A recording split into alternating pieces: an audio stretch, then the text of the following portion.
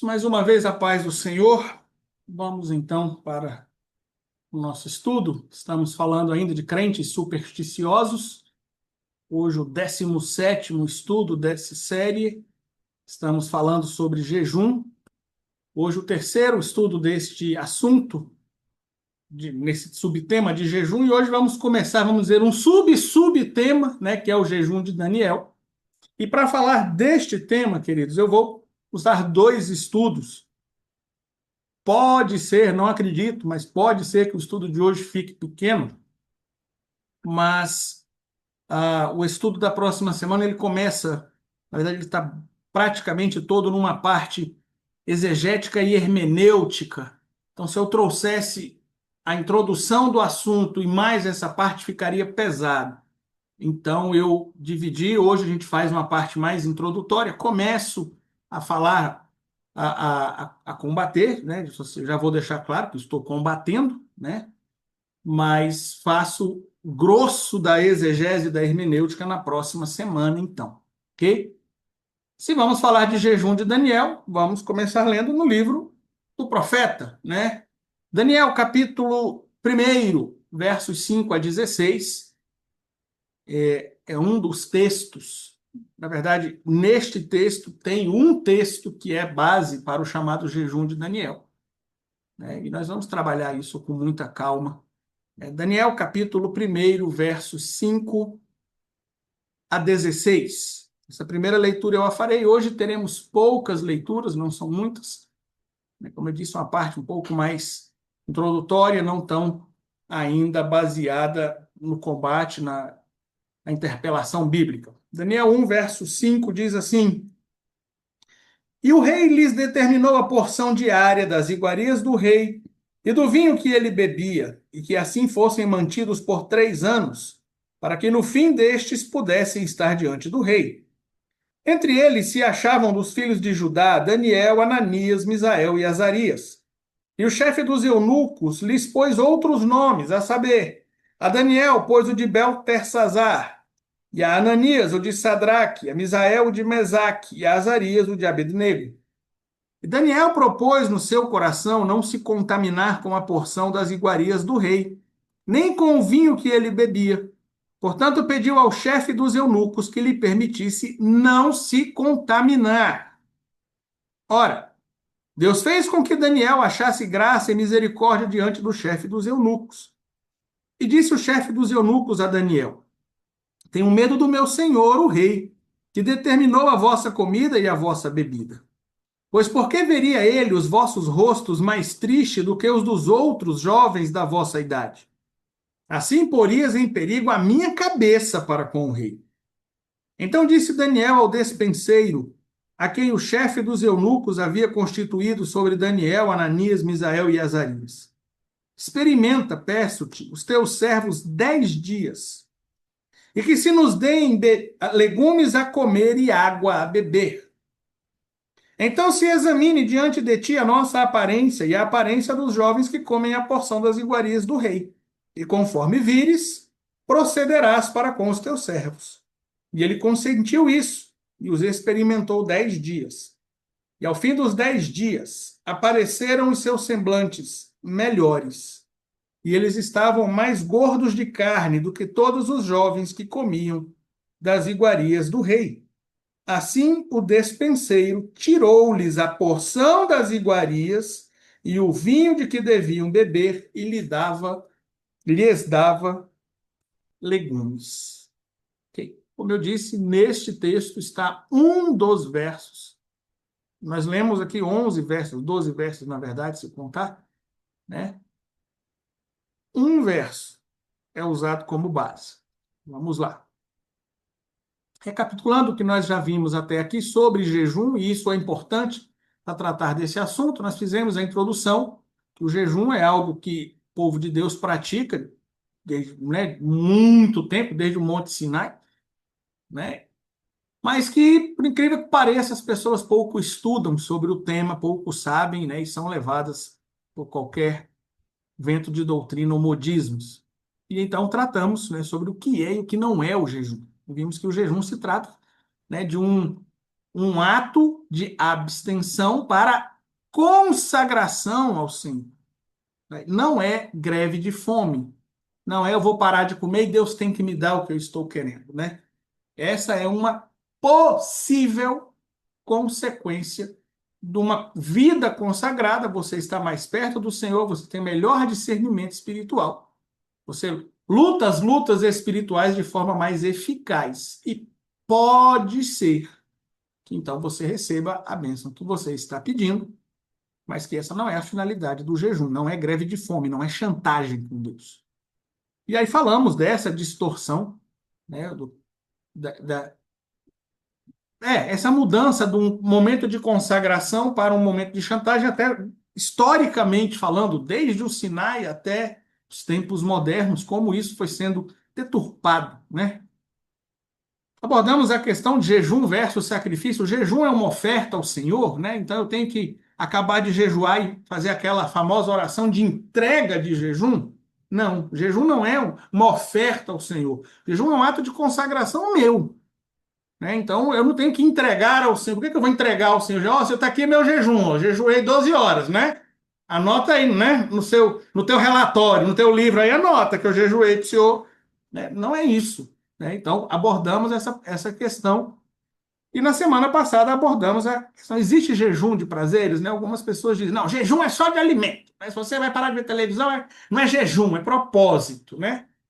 E nós fomos então discutir isso usando os vários termos para jejum e suas etimologias. Em português, o termo jejum está associado a alimentos, né? Abstinência de alimentos. Em inglês, em alemão, né, nos idiomas saxônicos, não. Está associado a propósito, firmeza de decisão.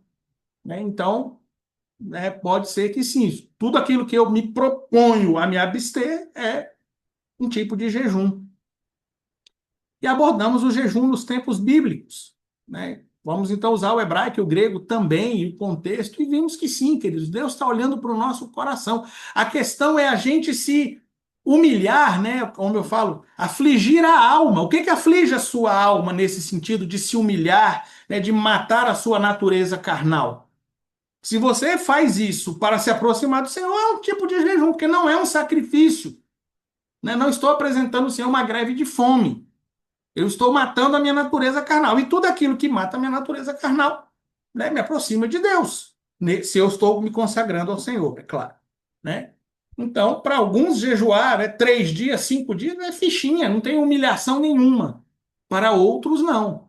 Né? Para outros, 12 horas de jejum é a morte. Para outros, né, 1 hora sem celular, sem rede, né, sem televisão, sem rede social, é uma morte. Né? Então, a intenção é matar a natureza carnal. Lembre-se disso.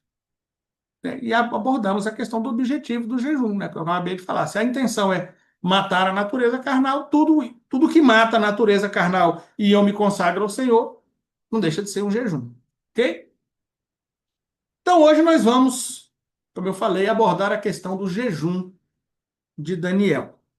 Ok? Começar a abordar essa questão. Os últimos anos, e quando eu digo os últimos anos, eu digo os últimos anos mesmo, querido. Tá? Não pense aí 50 anos, 100, não. Os últimos anos mesmo. Se você puxar na sua memória, você vai ver que é bem pouquinho e eu vou te provar que é, né? Esta modalidade de jejum, modalidade entre aspas aí, se tornou muito conhecida e realizada entre os evangélicos. E a elas são atribuídas muitas recepções de bênçãos. São muitos os que testemunham que assim que eu comecei ou que eu acabei o jejum de Daniel, a bênção chegou.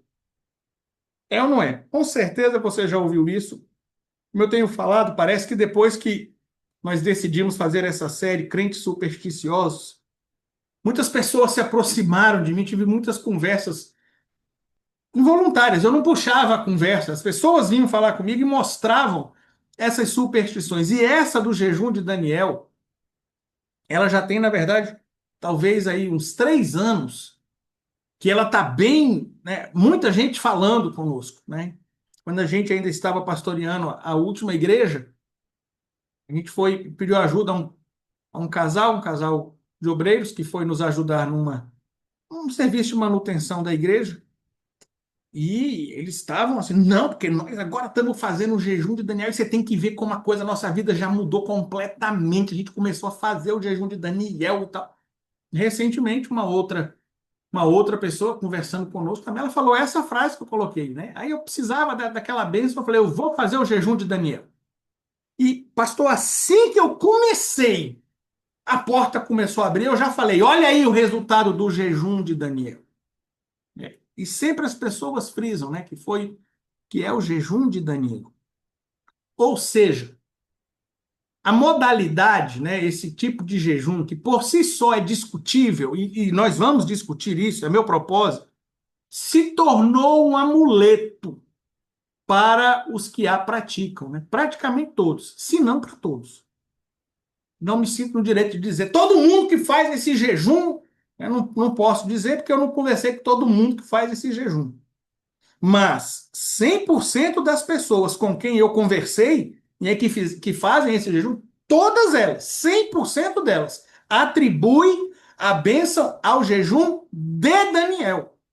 Não é a oração, não é a proximidade com Deus, é o jejum de Daniel. Então se tornou um amuleto. As pessoas estão atribuindo poder a esta modalidade de jejum. De novo, não vou dizer que todo mundo que pratica, mas as pessoas com quem eu conversei, com quem eu converso, ou que falam comigo sobre isso, todas atribuem a essa modalidade de jejum. Mas é fato que, como muitos cristãos já não têm conhecimento sobre jejum em si, foi o que nós falamos nas últimas 2 semanas, né, as pessoas, por si só, já não, já não sabem sobre o jejum, né? As pessoas já não sabem sobre jejum. Então, muito menos se dispõe a estudar ou analisar essa modalidade. O pastor Diego escreveu, né, que o jejum de Daniel se tornou um ritual. Né? E é um ritual, não é nem um rito. Um rito é uma coisa que você faz sem o coração estar envolvido. Um ritual é uma coisa com horário marcado, né? A pessoa faz com o coração vazio, porque está marcado, mas está marcado, né? É uma coisa, um seu compromisso. Então virou um ritual ao qual se atribui o poder. E aí os crentes já não estudam sobre jejum mesmo, porque para todo mundo basta você passar fome que você está fazendo jejum, né? E a gente já viu que não é bem assim. Né? Você passar fome, mas e ver televisão, não resolve. Né? Então as pessoas já não estudam o jejum em si. E essa, então, é que não vão. E, queridos, tem toda uma situação por trás do jejum de Daniel. Tem todo vou usar um termo em inglês, né? Um background, um pano de fundo para o jejum de Daniel. Okay? Então, o que seria o jejum de Daniel? O que é? Né? Talvez alguém que esteja me ouvindo, me vendo, nem sabe o que é isso. Né? Já ouviu falar, sabe que tem gente fazendo, mas nem sabe. Então, aqui vamos começar a clarear as coisas. Segundo o site oficial do plano, como eu falei, as pessoas muitas vezes nem sabem o que é o jejum de Daniel, o que está envolvido aí. Queridos, o jejum de Daniel tem site. Tem um criador, no caso uma mulher, uma criadora oficial. Uma pessoa criou essa modalidade não faz muito tempo, foi em 2007, eu vou falar mais lá na frente. E se você puxar da sua memória aí na década de 90, 1990, você não ouvia falar de jejum de Daniel, porque ele não existia. Ok? Foi na primeira década dos anos 2000 que uma pessoa inventou esta modalidade. Tá bom, vou botar o termo. Criou esta modalidade e tem um site que estabelece as regras. É claro que na sua casa, né, a fiscalização não vai bater para saber se você está fazendo certo. Mas ele tem, é algo estruturado. Não foi uma coisa, vou fazer esse jejum de Daniel. Não, criou as regras do jejum de Daniel, né, o que pode, o que não pode, como ser feito, em todo né, tem um site em inglês, porque foi uma americana. Então é Daniel Fast, Lembra que eu falei na semana passada, eu abordei esse termo, fast, né, para tratar de jejum de prazeres, e aí nós fomos nos termos saxônicos, né? Fast, o termo para jejum, está associado a propósito, ok? Então, danielfast.com, você pode acessar aí na sua casa, né? Pode acessar, você vai ver.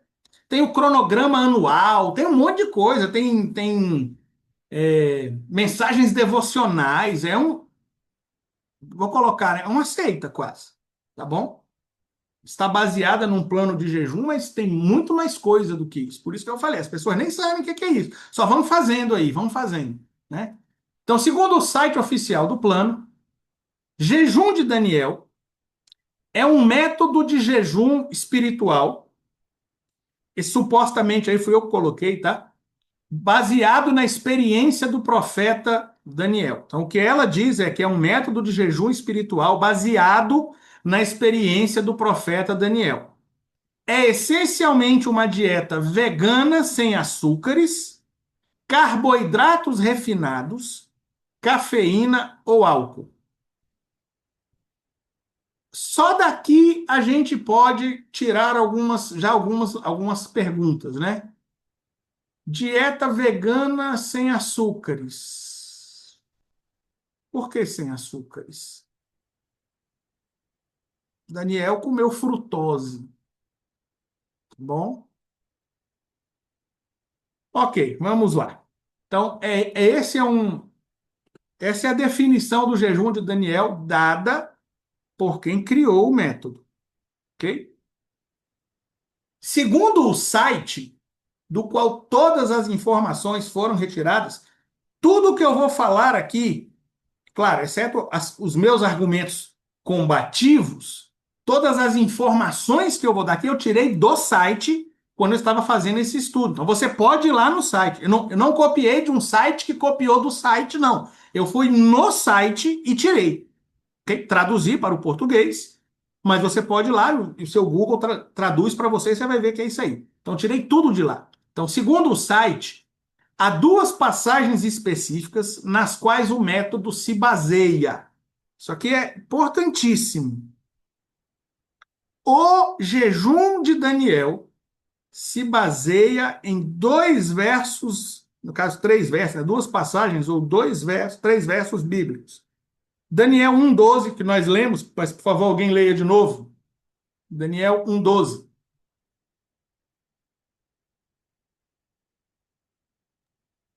Experimenta, te peço, os teus servos 10 dias, e que se nos deem legumes a comer e água a beber. Veja aí. 10 dias, legumes e água. Quando isso? Se você for lá, Daniel capítulo 1, verso 1, nós vamos falar disso, é no terceiro ano de Joaquim, mais ou menos quinto ano de Joaquim. Tá bom? O terceiro é quando ele cerca, quarto é quando a cidade cai, quinto, mais ou menos quinto ano. Tá? 10 dias, legumes a comer, que nós vamos tratar disso, e água a beber. Daniel 10, 2 e 3.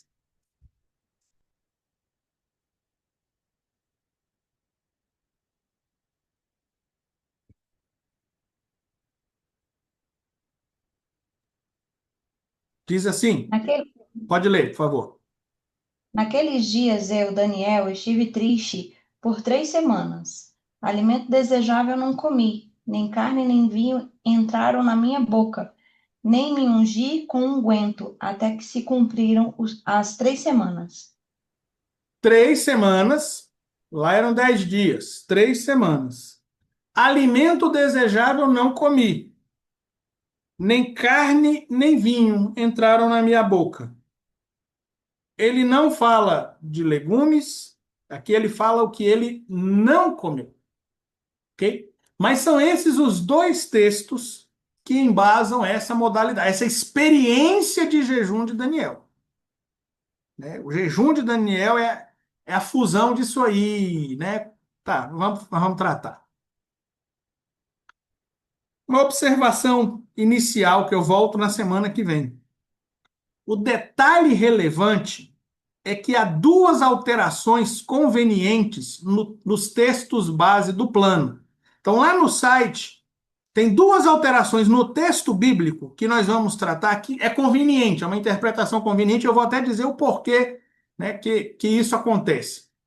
Em Daniel 1:12, né, o plano acrescenta a palavra leguminosas, logo após o termo legumes, por conta de uma tradução do inglês.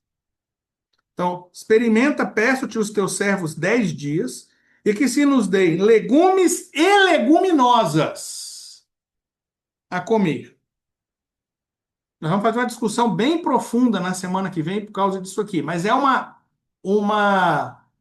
alteração, na verdade, um acréscimo bem conveniente. Você comer só legumes é uma coisa. Você comer legumes e leguminosas já aumenta a gama de alimentos um tanto, certo? Segunda alteração, em Daniel capítulo 10, verso 2, aparece o verbo lamentei, no lugar da expressão estive triste, né? Em português a gente diz, naqueles dias eu, Daniel, estive triste por 3 semanas. No plano ele coloca lamentei. Tem uma diferença sutil aí. Inclusive, essa diferença sutil pode afetar a ordem cronológica da escrita. Ok? E tem a sua conveniência também, que nós vamos tratar, ok? Mais para frente. Mas eu quero já ir tratando, né? Ai, olha que lindo, 2 experiências aqui, só que, bem, né, tem algumas alterações. Essas modificações que eu falei trazem muitas diferenças, eu até já citei, que serão discutidas mais à frente com muita calma, né? Vai ser um estudo um pouco mais profundo, ok? E segundo o site, dessa experiência, né, para eles uma única experiência de jejum, então eles pegam os 2 momentos e fundem em um só. Eles chamam de a experiência de jejum de Daniel. Eles fundem a situação do capítulo 1 com a situação do capítulo 10 e criam uma única experiência, como se o jejum que Daniel fizesse fosse esse que eles fazem, né? Então, dessa experiência, Daniel obteve conhecimento, sabedoria, entendimento espiritual, favor e, melhor ainda, aparência, além de orações respondidas e discernimento espiritual. Então, veja, lá no capítulo 1, está se tratando da situação quando Daniel chega na Babilônia. Daniel vive aquela situação que não é o que eles dizem que ele viveu, e ele, de fato, se apresenta melhor perante o rei. E aí eles falam, e também, como ele fez o jejum de Daniel, lá na frente ele teve orações respondidas. Então eles pegam as 2 experiências e fundem numa só. Ok? É como se Daniel tivesse feito o jejum de Daniel no capítulo 1 e tivesse feito o jejum de Daniel no capítulo 10. Ok? É isso que eles estão dizendo. E esse jejum que ele fez 2 vezes deu esse tipo de coisa. Vamos lá, estou só apresentando o que seria. Ainda não vou me conter, né? Como fazer? Então, são 21 dias de um jejum à base de alimentos veganos, sem processados e tal. Como é que a pessoa faria isso? Ainda conforme o site, né? Abre aspas aí, né? A ideia por trás do método é que se deixe de lado outros alimentos e se foque em refeições à base de plantas. Anote aí. Como um ato de adoração é sacrifício. E foi o que nós falamos semana retrasada. Jejum é sacrifício? Jejum é adoração? Daniel se jejuou para adorar ao Senhor? Então, né, a ideia deles é essa, uma refeição à base de plantas. Seguindo ainda. Assim, né? Assim é meu, mas assim, abre aspas. Os únicos alimentos aceitáveis explicitamente listados nas Escrituras são água e vegetais. Lá de Daniel 1:12. Legumes a comer e água a beber. Certo?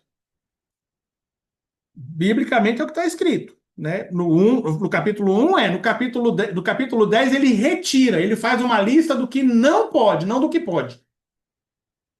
Mas tem o seu contexto. Seguindo nas palavras dela, ok?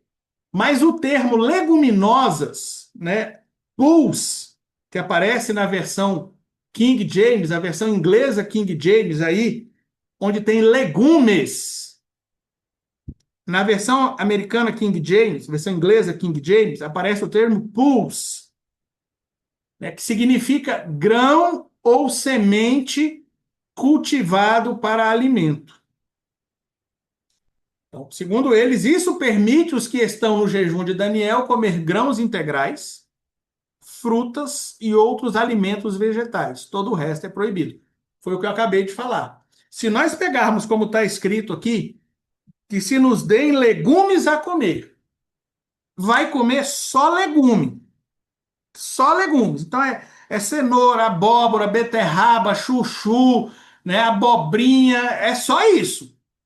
Não tem outra coisa. Aí eles falam, não, não, não, não. Mas o termo aí segundo eles, permite que se coma qualquer coisa que seja grão ou semente.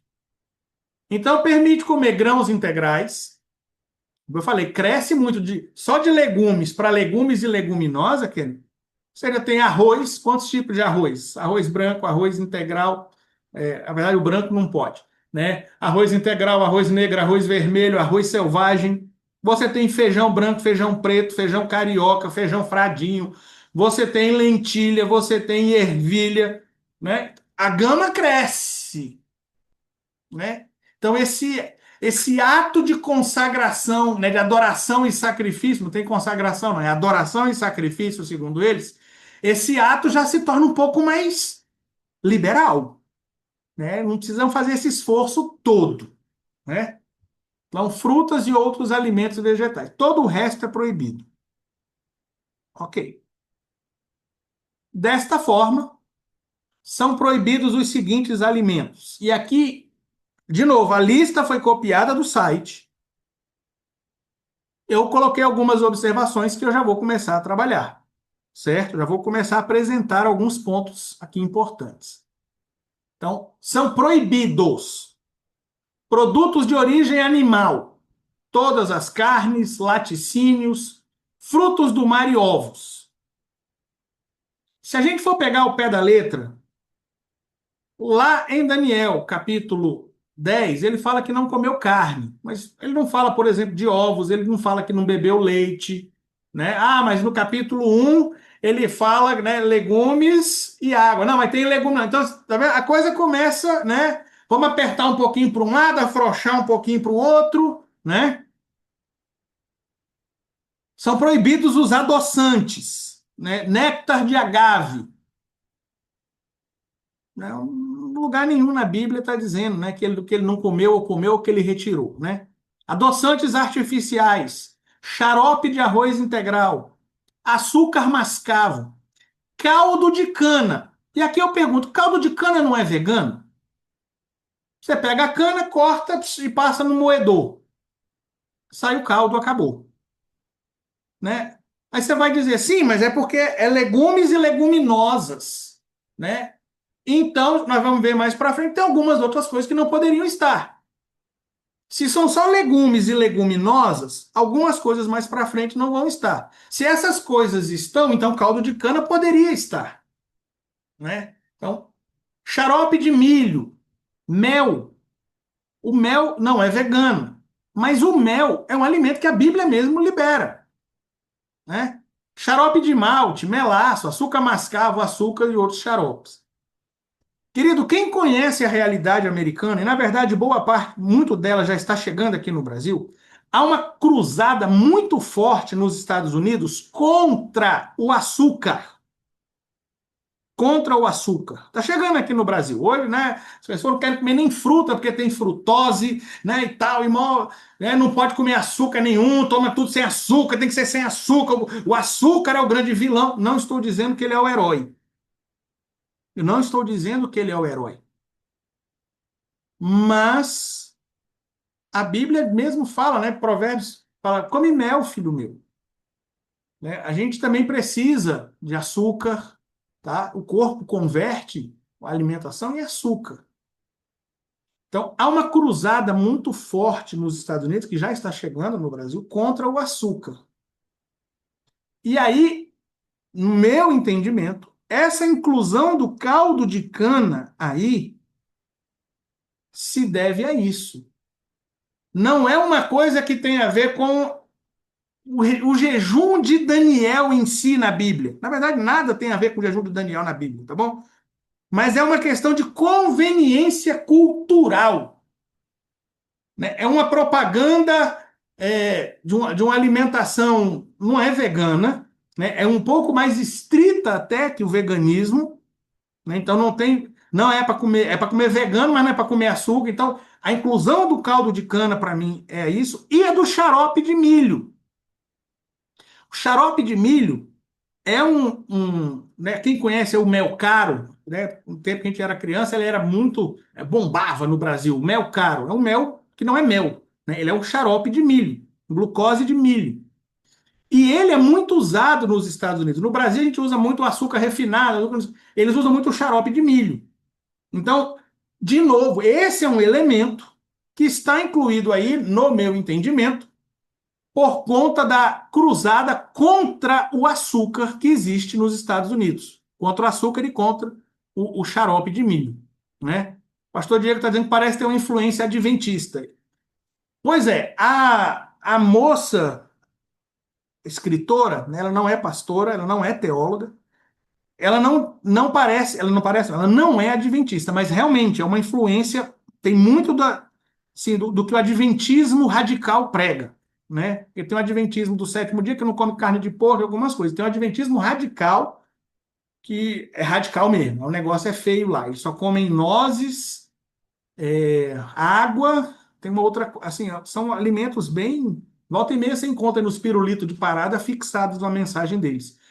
Tem um viés, parece muito, mas ela não é adventista mesmo. Né? Então, assim, me parece que esses dois elementos, né, o caldo de cana e o xarope de milho, tem mais a ver com a questão cultural americana. Ok? São proibidos, né? É proibido o pão fermentado, né? O pão feito com fermento. Querido, existe o fermento biológico, né? Você vai dizer, mas não é vegano. Ok, né? Mas existe o fermento químico, mas aí é químico, né? De novo, parece aí eu acho que joga um pouco lá na questão da Páscoa, né? Do pão ázimo, ok? Porque em Daniel capítulo 10 ele não fala que não comeu pão, fala que não comeu carne, né? Manjar desejável, não comi, né? E nem vinho, fala nada do pão. Aqui está um ponto importante. Anote aí, porque nós vamos voltar nisso aqui daqui a pouquinho. Alimentos refinados e processados. Olhe esse termo, processados. Alimentos que contêm aromatizantes artificiais são proibidos, conservantes artificiais, aditivos alimentares, farinha branca e arroz branco. Anote aí. Isso aqui é só para você anotar. Alimentos fritos, todos os alimentos fritos, né? Não sei por quê, né? Não fala de fritura, né?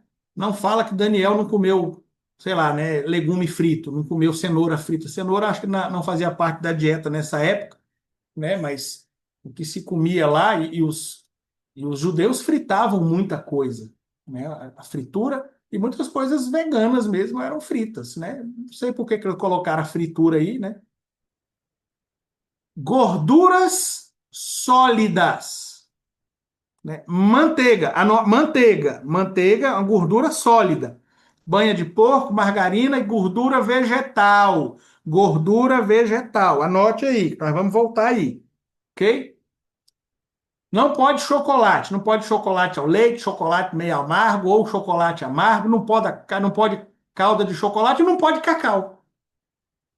Por que que não pode cacau? Cacau é vegano. Cacau não tem adoçante. Cacau não é. Por que que não pode cacau? Cacau é fruta. Por que que não pode? Algumas bebidas, né? Álcool e café e outras bebidas com cafeína. Daniel só bebeu água. Segundo, se for para pegar aqui o Daniel 1,12, ele só bebeu água. Mas eles tiram algumas outras podem, nós vamos falar.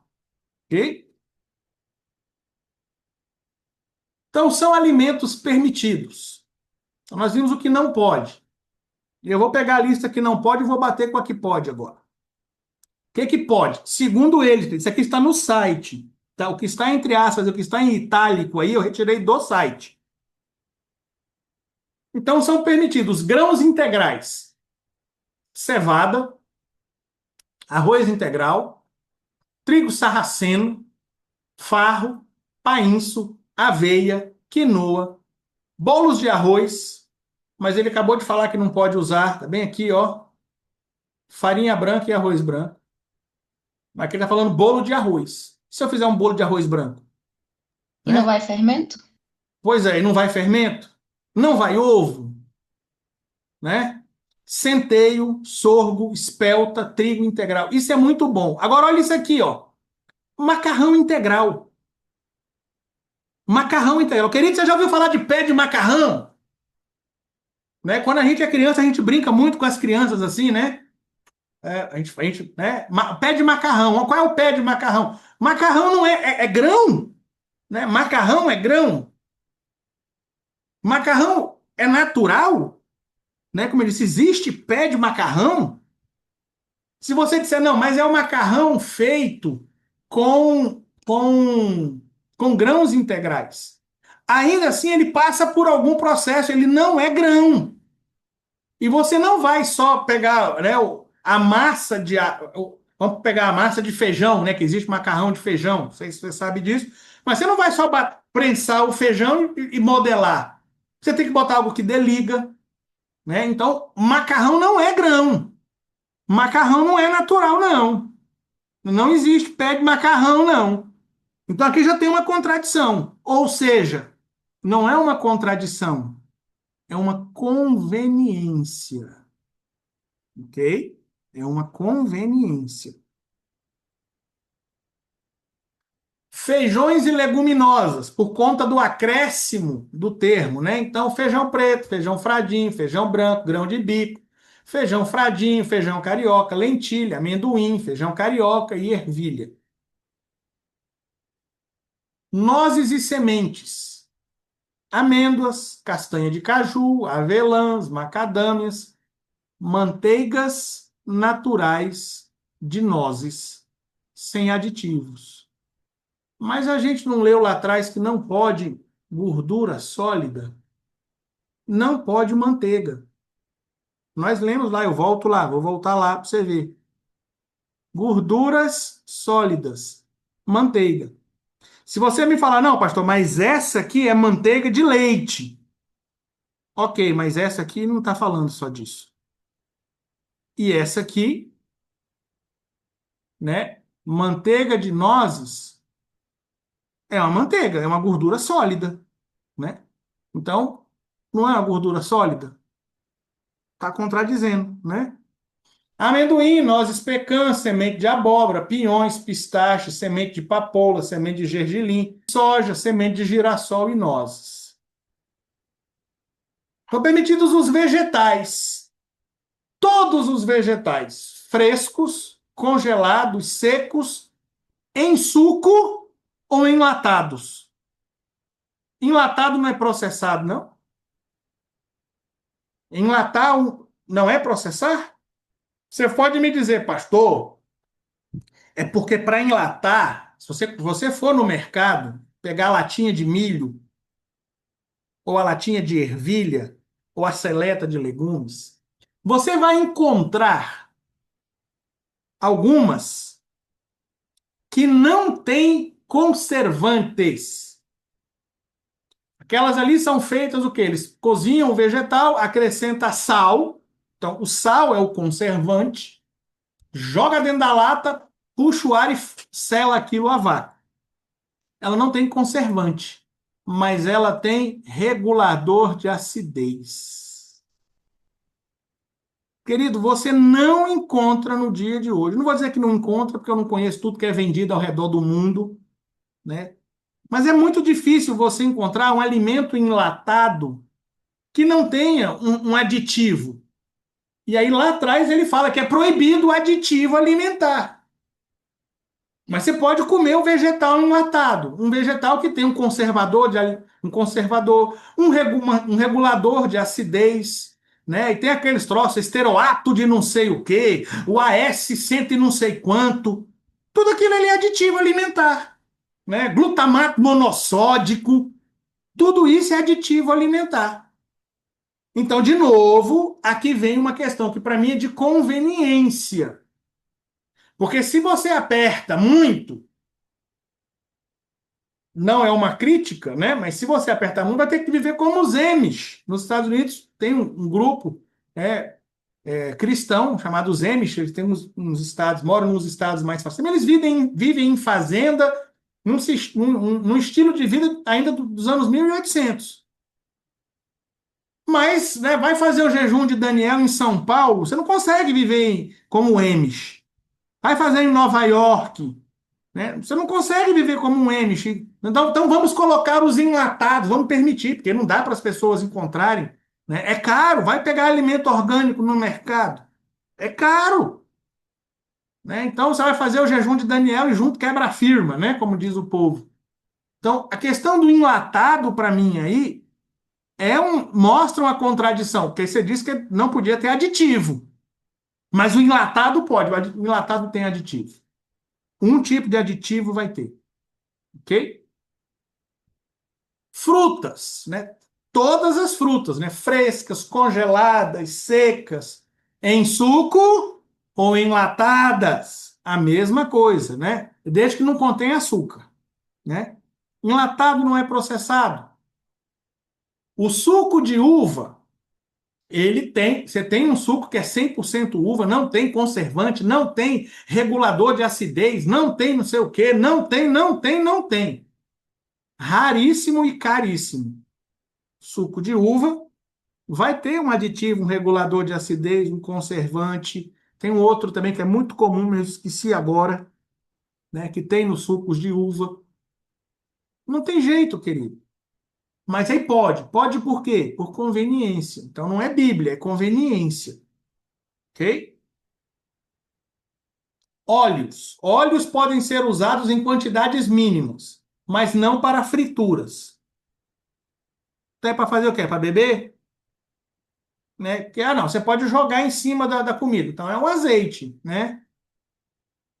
E outra coisa, se você joga o azeite em cima do arroz e bota o arroz na panela, ele está fritando, né? Então não deixa de ser uma fritura. Então são coisas muito vagas, muito, né? Produtos de soja são permitidos. Todos os produtos de soja, incluindo tofu. Essa pesquisa aqui eu fiz, tá? Eu fui pesquisar como é que faz tofu, querido. Porque tofu é um queijo, né? Queijo entre aspas, né? De soja fermentado. Soja fermentada. Na fabricação do tofu é usado um coagulante. Como eu disse, o tofu é como se fosse um queijo de soja. Quem faz queijo sabe, né? Você pega ali o leite, aí, né, o leite coalhado, deixa ele separar, aí joga um coagulante.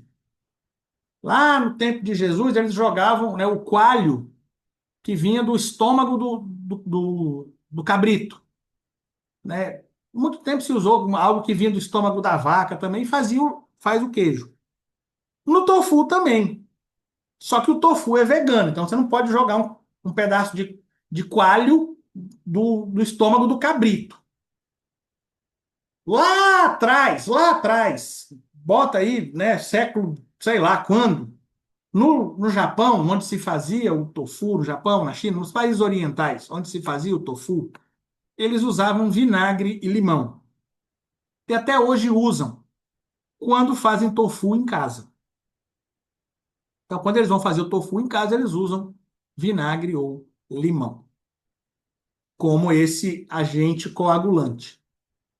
Quando alguém vai fazer o tofu artesanal para venda, que não é aquela coisa industrial, né? Ele consegue fazer ali um pouquinho ou outro, ele usa cloreto de magnésio ou sulfato de cálcio, que já é um aditivo alimentar, certo? É mineral, mas é um aditivo, certo? Mas um tofu que você compra no mercado e que a fábrica faz aí, né, não sei quantas toneladas ao dia, ele não fica pingando vinagre e limão, não, querido. Ele não fica jogando cloreto de magnésio e sulfato de cálcio, não. Existe, né, o glucono delta-lactona, né, o GDL, o ingrediente obtido pelo processamento e refino de açúcares veganos, mas vem de açúcares. E aqui, então, eu bato de novo. Por que que o tofu pode, se ele tem, primeiro, açúcar, né? A glucono delta-lactona é um açúcar processado, ok? É um açúcar processado e um aditivo alimentar que faz esse. Então, o tofu tá tudo de errado dentro dessa linha, mas eles permitem. Por quê? Porque, queridos, provavelmente isso aí, né? Como eu disse, Pastor Diego falou, está parecendo uma linha adventista. Eu não vou dizer que é uma linha adventista, mas eu vou dizer que é pelo menos alguém está defendendo uma dieta vegana. Não é um jejum espiritual, como ela diz, é uma dieta vegana. E aí ela tenta arrumar um texto bíblico aqui para encaixar e defender isso. Certo? Porque os critérios que ela estabelece, ela mesma não cumpre. Ok? Então, o tofu, para mim, né, deveria estar desqualificado. Ok? Pão sem fermento. Pães integrais feitos sem fermento, açúcar ou conservantes. É o pão ázimo, né? De novo, cai naquela questão, ok, então se eu comprar um pão feito com ovo, é um pão integral, mas com ovo, né? Pão de batata, tem ovo. Ah, mas não é vegano. Pois é, mas não está estabelecendo isso. Ok? Ervas, especiarias e temperos, né? Inclui sal, pimenta. Então, erva é liberado, né? As ervas aromáticas, tá? Água. Uhum. Água destilada pode. Água filtrada pode. Água com gás de nascente e mineral. Querido, a água com gás é fabricada pelo processo de injeção de gás carbônico em pressão fortíssima, altíssima, né? É um processo totalmente industrial. Aí você vai me dizer, pastor, mas está dizendo lá que é de nascente, água com gás de nascente e mineral. Água mineral com gás é raríssima. A natural é raríssima. Não se iluda, querido. Essa que você chega no restaurante e o garçom fala com você, você pede uma água mineral e fala com gás ou sem gás? Aí você fala com gás. Não se iluda que aquilo ali saiu da fonte com gás. Essa é raríssima e caríssima. Ali ele pega a água mineral e injeta gás carbônico. A água que já vem com gás da fonte é raríssima, né? Então, ou ela, né, faz vista grossa aqui, da água mineral com gás, ou a frase não é bem essa e ela libera água com gás que é industrial. Certo? Suco de fruta 100% natural. Suco de fruta 100% natural é permitido, mas deve ser consumido com moderação. Aí você volta aqui. Frutas. Todas as frutas frescas, congeladas, secas, em suco ou enlatadas desde que não contenham açúcar adicionado. Então ele diz que eu posso tomar a fruta, tomar a fruta em suco, né, até enlatado. Mas quando ela chega para falar da fruta, ela diz: não, a fruta é só com moderação. Consegue ver a contradição? Se eu falar assim, não, agora eu quero comer uma fruta em suco, enlatado, pode, sem moderação. Não, mas agora eu acho que eu vou comer uma fruta. Agora eu vou tomar um suco. Não, suco não pode. Suco tem que ser com moderação. Não encaixa. Não encaixa. Contraditório. Ok? Ou seja, a lista de alimentos proibidos e permitidos é contraditória e se preocupa em atender a várias conveniências da vida moderna. Como eu falei, né, a questão do caldo de cana, a questão do xarope de milho, a questão do enlatado, né, não pode usar enlatado, isso é da vida moderna. Você vai, né, o tofu, então parece que a preocupação da lista parece que não é tanto em seguir a Bíblia, e sim seguir uma conveniência dietética muito forte nos Estados Unidos. Muito forte. Ok? Segundo o site, o jejum de Daniel deve ser seguido por 21 dias. Este período se baseia na decisão de Daniel, no capítulo 10, de se privar de alimento desejável, carne e vinho, por 3 semanas, enquanto buscava Deus em oração. Mas lá no capítulo 1 foram só 10. No capítulo 10, foram só 10 dias, né? No capítulo 10, como eu disse, ele não diz o que ele comeu, ele diz o que ele não comeu. E não comeu alimento desejável. O que é alimento desejável? Né? Para ele, talvez fosse sobremesa. Não, não quero comer sobremesa. Né? Mas ele comeu todas as outras coisas. Não fala o que é alimento desejável. Fala que ele não comeu carne e não tomou vinho. Né? Mas não fala de legume, leguminosa, não fala de nada disso. Certo? E aqui, de novo, ele fala em 21 dias no capítulo 10, e lá ele fala de 10 no capítulo 1, 10 dias no capítulo 1. Por que 21 dias e não 10? Vamos lá. Qual é o histórico dessa modalidade, né, desse invento? Eu te falei, né? Se você pensar, na década de 90 você não ouvia falar de jejum de Daniel, nem mesmo nos Estados Unidos. O jejum de Daniel foi formalizado em 2007 por Susan Gregory, uma autodefinida escritora e coach de vida cristã. Coach de vida cristã. Ela não é teóloga, ela não é pastora, ela não é obreira, ela é uma escritora e coach. Querido, né, eu estava comentando com a minha esposa, é impressionante como um grande número de pastores sérios vem falando, vem criticando, expondo essa modalidade de pseudo-pregadores, né, os coaches, e como os crentes ainda continuam dando ouvidos. Coach, querido, ele não vai falar de compromisso com Deus, ele não vai falar de abandono de pecado, ele não vai falar de consagração, ele não vai falar de Bíblia de verdade, ele vai falar de vitória. Coach é isso. O da vida cristã e o da vida profissional, da vida secular. Coach, né, não é pastor. Por mais que muitos coaches tenham o título de pastor, tenham trabalhado como pastor, ou até mesmo, né, já foram, quando a pessoa se dedica a ser coach, ela se dedica a focar no avanço, no progresso, na vitória, na prosperidade. Coach não expõe pecado.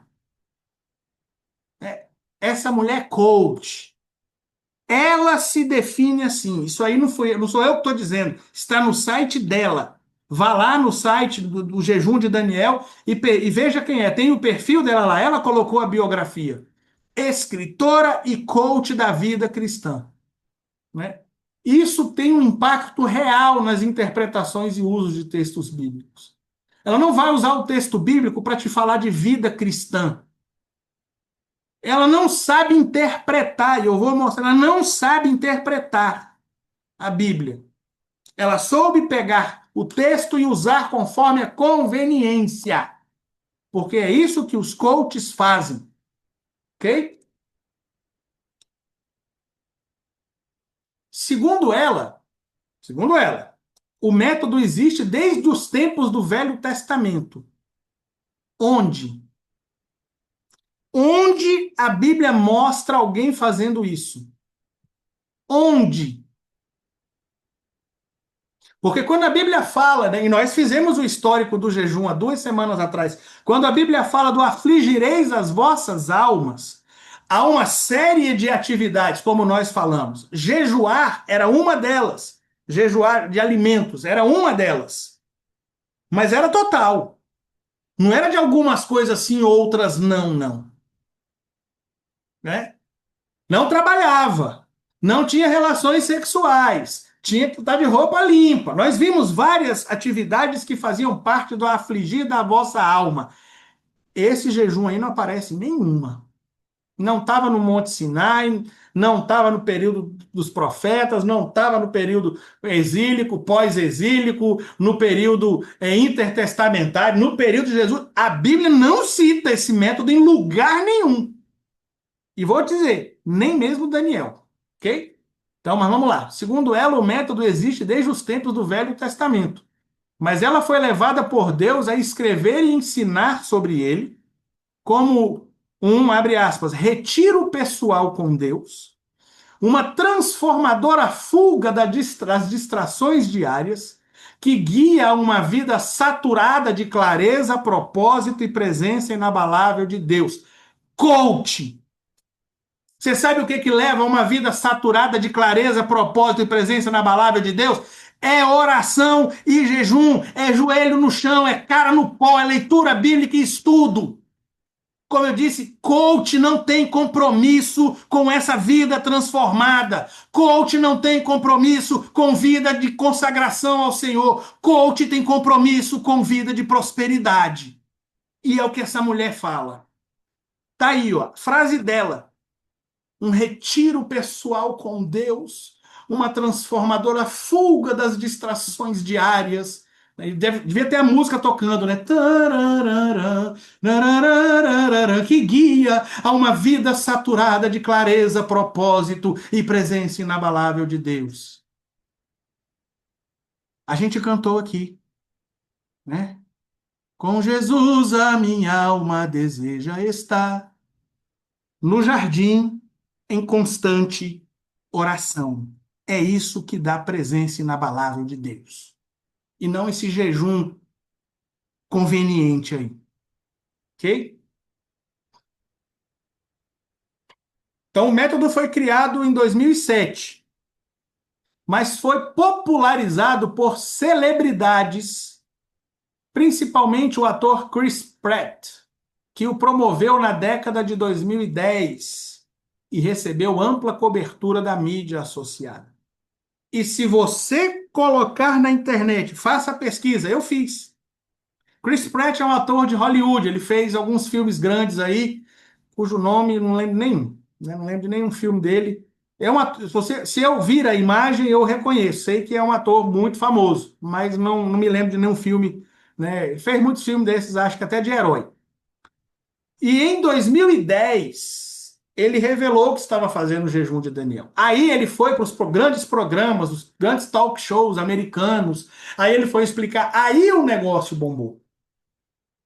Antes de 2010, você não ouvia falar de jejum de Daniel. E antes de 2007, ele sequer existia. Então não venha me dizer que existe desde o Velho Testamento, porque não existe. Ok? Desde então, inúmeras igrejas, pastores, líderes e os coaches, né, e obreiros têm não só seguido o método, como também o reinterpretado e adaptado. O que acontece, querido? Como eu disse, as pessoas não sabem o que está por trás do jejum de Daniel. Elas não sabem que é toda uma instituição, que tem, essa mulher lança devocionais diários, lança livros, agendas, calendários de tal dia vai ser assim, o jejum em tal mês. Ela é uma instituição. As pessoas não sabem, não vão atrás, não querem estudar, são os papagaios, né? Os que repetem sem pensar. Para nossa vergonha, eu digo, né? E aí chega na igreja, pastor, vamos fazer o jejum de Daniel, vamos. Aí a pessoa pergunta, o que pode? Como ele não sabe que tem uma lista oficial do que pode e do que não pode, ele cria, então vamos comer legumes, água, aí não pode carne, não pode bebida alcoólica, Coca-Cola. Não, Coca-Cola pode, né? Tem até um personagem humorístico aqui no Brasil que ele fez, né? Um quadro sobre isso. Depois eu até posso colocar no grupo, né, criticando, fazendo essa crítica, porque assim, acaba que as pessoas vão criando e interpretando como na telha, porque não sabem que existe uma instituição. Eu não estou dizendo que a instituição é certa. O que eu estou dizendo é que a falta de instrução, a falta de conhecimento, a falta de saber de onde vem, o troço já é complicado e as pessoas ainda complicam mais. Ok? E agora sim, vamos começar a falar dos problemas do método. Acho que eu já falei de um monte, né? Mas hoje eu vou dar alguns problemas, e na semana que vem eu vou trazer uma abordagem exegética e hermenêutica daquela questão que eu falei, do termo pulse, e mais algumas outras questões bíblicas aí desse ponto, ok? Apesar de muito difundido e realizado atualmente pelos evangélicos, este método está repleto de erros. Eu já mostrei alguns, né? Desde a sua base bíblica até a sua regulamentação, né? Até o que a escritora criou, como ela formulou, tem erros em tudo, ok? Vários erros, isoladamente, já desqualificam a prática. Se eu pegar um erro, outro erro, outro erro.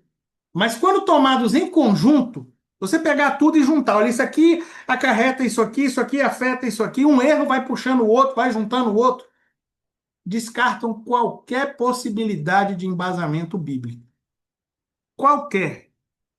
Então, se as pessoas querem dizer que vão fazer o jejum de carne e alimentos desejáveis e tal, digam. Agora, dizer que é jejum de Daniel, querido, não diga não. Porque não é, não tem base bíblica, não foi o jejum que Daniel fez. Ok? Os principais erros são, né? Mas não em ordem de gravidade. Por que não em ordem de gravidade? Como eu disse, tem uma questão exegética e hermenêutica bem profunda que não dá para eu trazer agora. Se eu começasse agora, ia tomar muito tempo. Então, eu deixei para a semana que vem. Então, aqui não está do mais grave para o menos grave. Ok? Talvez está do mais curto em argumentos para o mais longo. Talvez. Mas não vou dizer. O primeiro é que cria um amuleto, que é o que eu estou combatendo, não só neste estudo, como na série como um todo, né? O maior problema é que o método se torna um amuleto. A fé é depositada nele, não em Deus. Como eu disse, eu cansei de ver, cansei e canso de ver pessoas falando que quando eu comecei o jejum de Daniel, a minha vida mudou. Querido, de novo, o que muda a nossa vida é a presença do Senhor, é estar próximo ao Senhor, é estar consagrado ao Senhor, né? Então, o jejum daquilo que mata a sua natureza carnal já te aproxima de Deus. A fé tem que estar no Senhor e não nos métodos, não nos amuletos, não nas práticas. Uma vez ouvi, duas vezes falou Deus. O poder pertence ao Senhor, não pertence ao jejum de Daniel. Então cria esse amuleto. Não, eu já jejuei e não funcionou. Então agora eu vou fazer o jejum de Daniel. Ah, agora quero ver, né? Se as janelas e as comportas do céu não vão se abrir. É o jejum de Daniel. É amuleto. É superstição. O que acontecer a partir do início dos 21 dias não é devido à consagração, à maior intimidade com Deus e maior autoridade espiritual. É efeito do método. Como eu disse, é uma idolatria. Acaba que o método se torna um ídolo, né? Se torna algo que tem poder nele mesmo, né? É uma bruxaria. termo é esse, você está atribuindo poder a isso, né? Então, e eu já cansei de ver, de novo, né? Quando a pessoa diz, eu vou começar agora, o que acontece dali para frente, ela vai dar glória, e o termo é esse mesmo, ela vai dizer, vai elogiar, vai enaltecer o jejum de Daniel, ela está dando glória ao jejum de Daniel. Isso é idolatria. Atribuir poder àquele ato é amuleto, superstição, bruxaria, chame como você quiser. E isso é um problema à luz da Bíblia. Ou seja, o método em si, e somente ele abriria portas. Ele é mais poderoso do que o simples jejuar, que a gente falou nessas últimas semanas. O importante no jejum é você matar a sua natureza carnal. Vamos raciocinar aqui, queridos? Peça para um vegano fazer o jejum de Daniel. Qual é o esforço que ele faz? Nenhum. Nenhum. Ao contrário, talvez ele vá comer mais com o jejum de Daniel do que ele come no dia a dia. Qual é a mortificação da natureza carnal? Nenhuma. A gente precisa, como disse o profeta, raciocinemos juntos. Não é o método, é o mortificar a natureza carnal. Não há poder nenhum, não há poder nenhum no jejum de Daniel. Ok? Segundo problema, mistura textos bíblicos com contextos diferentes. Esse também, não tem nenhum que não é grave, todos são graves, mas isso aqui também é muito sério, né?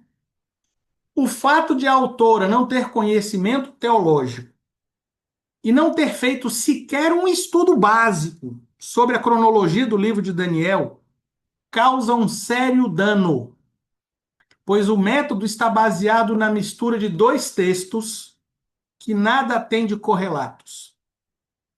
Como eu falei, ela mistura, ela diz, né, que Daniel jejuou, né, tanto o do capítulo 1 quanto do capítulo 10, ela diz que são um só. Ela cria um método, né, junta os dois, funde os dois. O problema, queridos, é que são duas coisas completamente diferentes. Completamente, os dois textos não têm nada a ver um com o outro. E, inclusive, Daniel, capítulo 1, não tem nada a ver com jejum. E Daniel, capítulo 10, tem uma discussão se tem a ver com jejum. Por gente séria, né? Não por coaches aventureiros como ela. Cronologicamente, entre Daniel 1 e Daniel 10, há mais de 70 anos. Você sabe disso. Vamos ler os três textos aí, por favor. Daniel 1:1, por favor.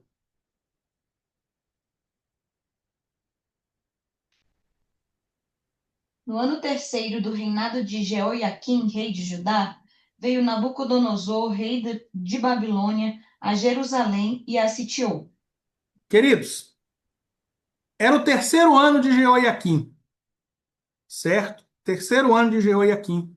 Era o primeiro ano de Nabucodonosor como rei da Babilônia. Então, quem era o rei de Judá? Jeoiaquim.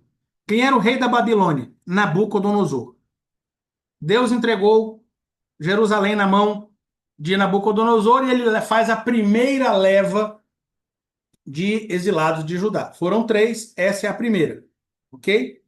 Vamos em Jeremias 25:1, por favor. A palavra que veio a Jeremias acerca de todo o povo de Judá, no quarto ano de Jeoiaquim, filho de Josias, rei de Judá, que é o primeiro ano de Nabucodonosor, rei de Babilônia.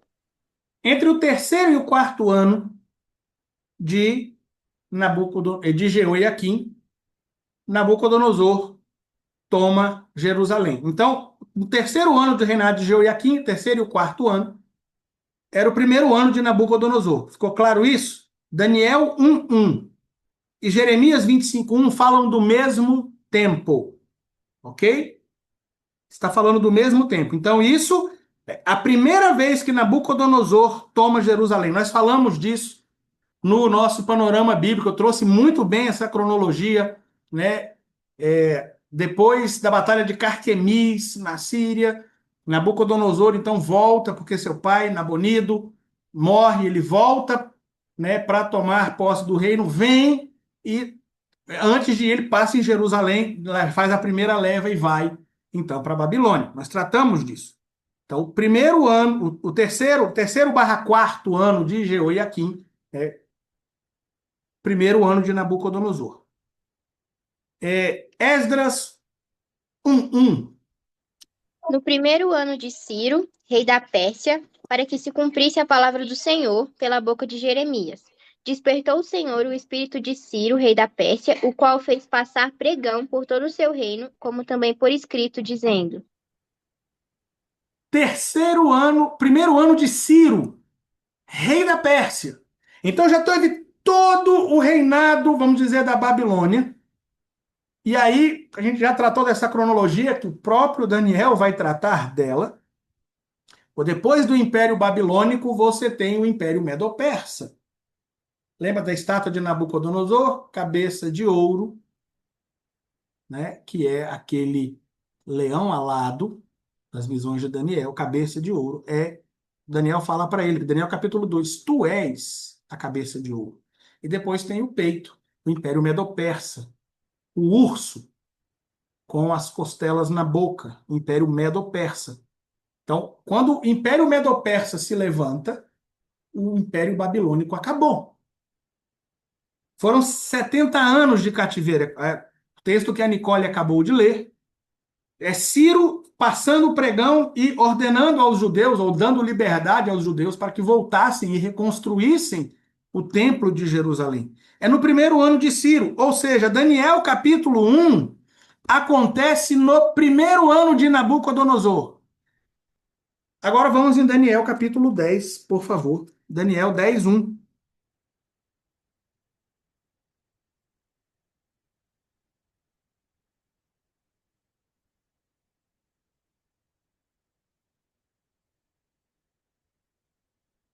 Daniel No 10. terceiro ano, no terceiro ano de Ciro, rei da Pérsia, foi revelada uma palavra a Daniel, cujo nome era chamado Beltesazar.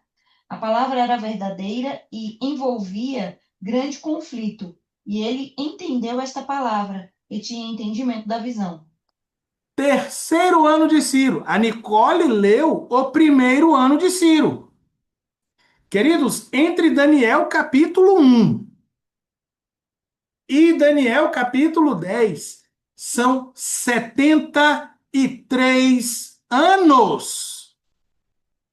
Então, ela pega algo que aconteceu quando Daniel chega na Babilônia e pega algo que aconteceu depois que os judeus já tinham sido liberados para ir reconstruir Jerusalém e junta como se fosse a mesma coisa. Mas não são. São 70 anos de diferença. Isso eu estou falando só de cronologia.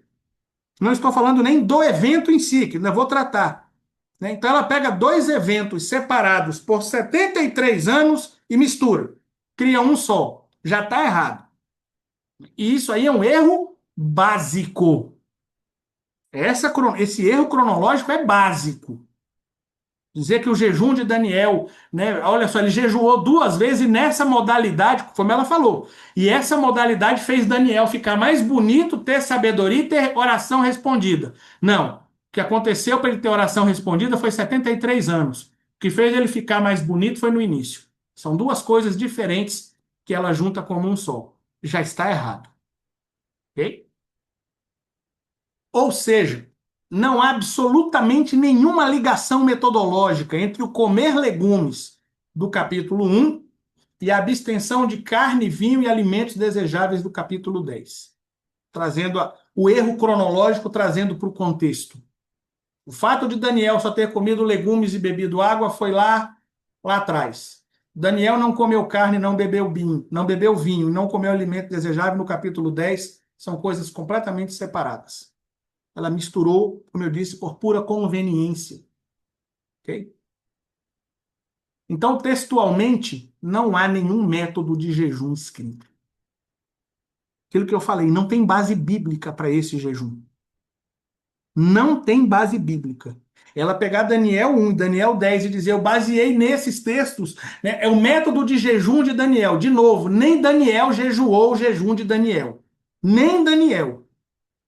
Ok? Observação. O fato de a autora, né, que é leiga teologicamente, não ter feito tal pesquisa é grave. É gravíssimo. É um erro básico. Porém, mais grave é o fato de pastores doutos não fazerem o estudo e engolirem o método. Isso, para mim, é mais grave. Ela, ela é leiga, ela não é teóloga, ela não é pastora, ela não está à frente de igreja, ela não prega. Vou colocar nos termos claros. Ela não tem nenhuma responsabilidade espiritual da vida de ninguém. Ela é coach. Né? A Bíblia fala de obedecer a vossos pastores porque eles velam pela vossa alma. Coach não vela pela alma de ninguém. Ele não tem compromisso com ninguém. Essa mulher não tem compromisso com ninguém. Mas ela é leiga. Ok. É sério, mas vamos justificar. Aí você tem um monte de pastor estudado, com mestrado em teologia, doutorado, PhD, né, quase o vice-Jesus, que juntem, não, é o método baseado em Daniel 1 e Daniel 10. É o erro básico de cronologia, são 73 anos de diferença. Como é que você pega essas duas coisas e diz que são uma só? Né? Oséias 4, 6, a parte A e 14, a parte C. É muito conhecido, mas eu quero ler, porque aqui faz muita diferença. O meu povo foi destruído porque lhe faltou conhecimento. Obrigado. Né? 14C, por favor. Parte final do verso, lá do verso 14. Pois o povo que não tem entendimento será transformado. Transtornado. Querido, entendeu? Meu povo foi destruído porque lhe faltou conhecimento. O povo que não tem entendimento será transtornado. É exatamente isso que está acontecendo. Pessoas ditas doutas, pessoas que deveriam ter conhecimento bíblico, pessoas que pelo tempo já deveriam ser mestres na fé, como diz o escritor aos Hebreus, estão cometendo erros básicos de quem tem que ser alimentado com leite. O povo de Deus está sendo destruído porque lhe falta conhecimento. E aqui fica bem claro isso. Ok? Outro problema, né? A ausência do método no texto bíblico. Como textualmente não há nenhum método de jejum escrito, como eu falei, né? Daniel 1 não tem nada a ver com Daniel 10, então não é a mesma coisa, não tem jejum de Daniel escrito aí. Né? Então, como textualmente não há nenhum método de jejum escrito, ao contrário do que alega a autora, esse método não está presente desde os tempos do Velho Testamento. Como eu falei, nem Daniel jejuou o jejum de Daniel. Esse método não existe desde os tempos do Velho Testamento. Quando a Bíblia fala de abstenção alimentar, ela fala de abstenção total. E, de fato, nenhuma outra passagem bíblica mostra essa prática. Nenhuma. E eu não estou me referindo aqui à repetição. Eu estou dizendo a realização. Eu não estou falando aqui, né, que Daniel jejuou 2 vezes, ou que fulano não. Ninguém jejuou 2 vezes o jejum de Daniel. O que eu estou dizendo é que a Bíblia não mostra que ninguém fez esse método. Ninguém, absolutamente ninguém. Ninguém fez, nem o próprio Daniel. Então decore essa frase aqui, bote na sua mente. Nem Daniel fez o jejum de Daniel. Ok? Se o método estivesse presente e fosse tão poderoso, Jesus o teria feito em sua estada no deserto. Mas a Bíblia diz que ele jejuou 40 dias e 40 noites. E não os 21 do método. Que é uma coisa que, né? Por que 21 e não os 10? Por que ela escolheu 21? Ela tinha duas opções, 21 ou 10. Por que ela escolheu 21? Tá, não sei. Né, não é da minha conta. Quer dizer, até é, né? Mas tem um detalhe: quando Jesus Estou falando de Jesus, querido. O nosso mestre, o autor e o consumador da nossa fé. Eu não sou crente em Daniel, eu não sou crente em Samuel, eu sou crente em Jesus. Quando Jesus foi jejuar, ele jejuou 40, não jejuou 21. Né? Então ele jejuou 40 dias e 40 noites, e não os 21 do método. E que naqueles dias ele não comeu coisa alguma. Ele não retirou certos alimentos. Então, Jesus foi para o deserto, né, e fez lá, e se absteve de alimentos desejáveis, carne e vinho, mas comeu legumes e água. Não, Jesus não comeu nada. O que eu estou querendo dizer?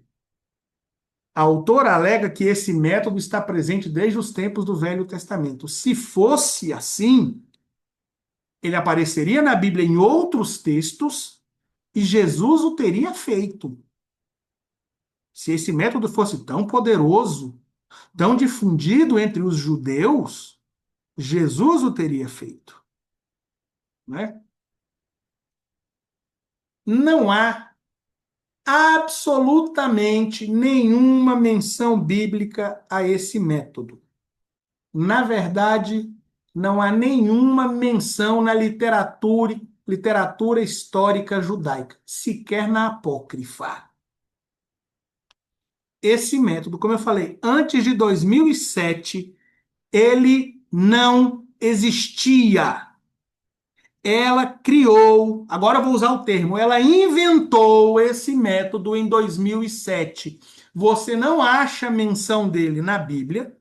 E eu mostrei para você que Daniel capítulo 1 não tem nada a ver com Daniel capítulo 10. Na próxima semana eu vou falar ainda mais fundo nisso, na exegese e na hermenêutica aí. Vou te mostrar outro erro sério da fusão desses dois textos, tá? Mas em Daniel não tem. Aí você diz, ok, então vamos para os livros da literatura judaica, os apócrifos, né? Primeiro e segundo Macabeus, Judite, né? Tem um que é de Daniel também, esqueci de um acréscimo que tem em Daniel e Bel, acho que é Bel e Daniel, uma coisa assim, né? Também não fala. Na literatura deuterocanônica, na literatura pseudepígrafa, não aparece esse método. Isso não aparece na Bíblia, não aparece na literatura judaica. Isso aí é invenção da cabeça dela. Ok? Então, até 2007, este método não existia. Ele não é um método judaico de jejum. Os judeus não fazem esse método hoje. Os judeus ortodoxos não usam esse método. E ele é muito menos um método bíblico. Não está na Bíblia. Amém, queridos? Eu trouxe 3 problemas já. Quer dizer, já trouxe a própria contradição do método e tal, né? Mas na próxima semana eu vou me aprofundar e vou entrar numa questão exegética e hermenêutica um pouco mais profunda. Ok? Alguma dúvida, pergunta ou comentário até aqui?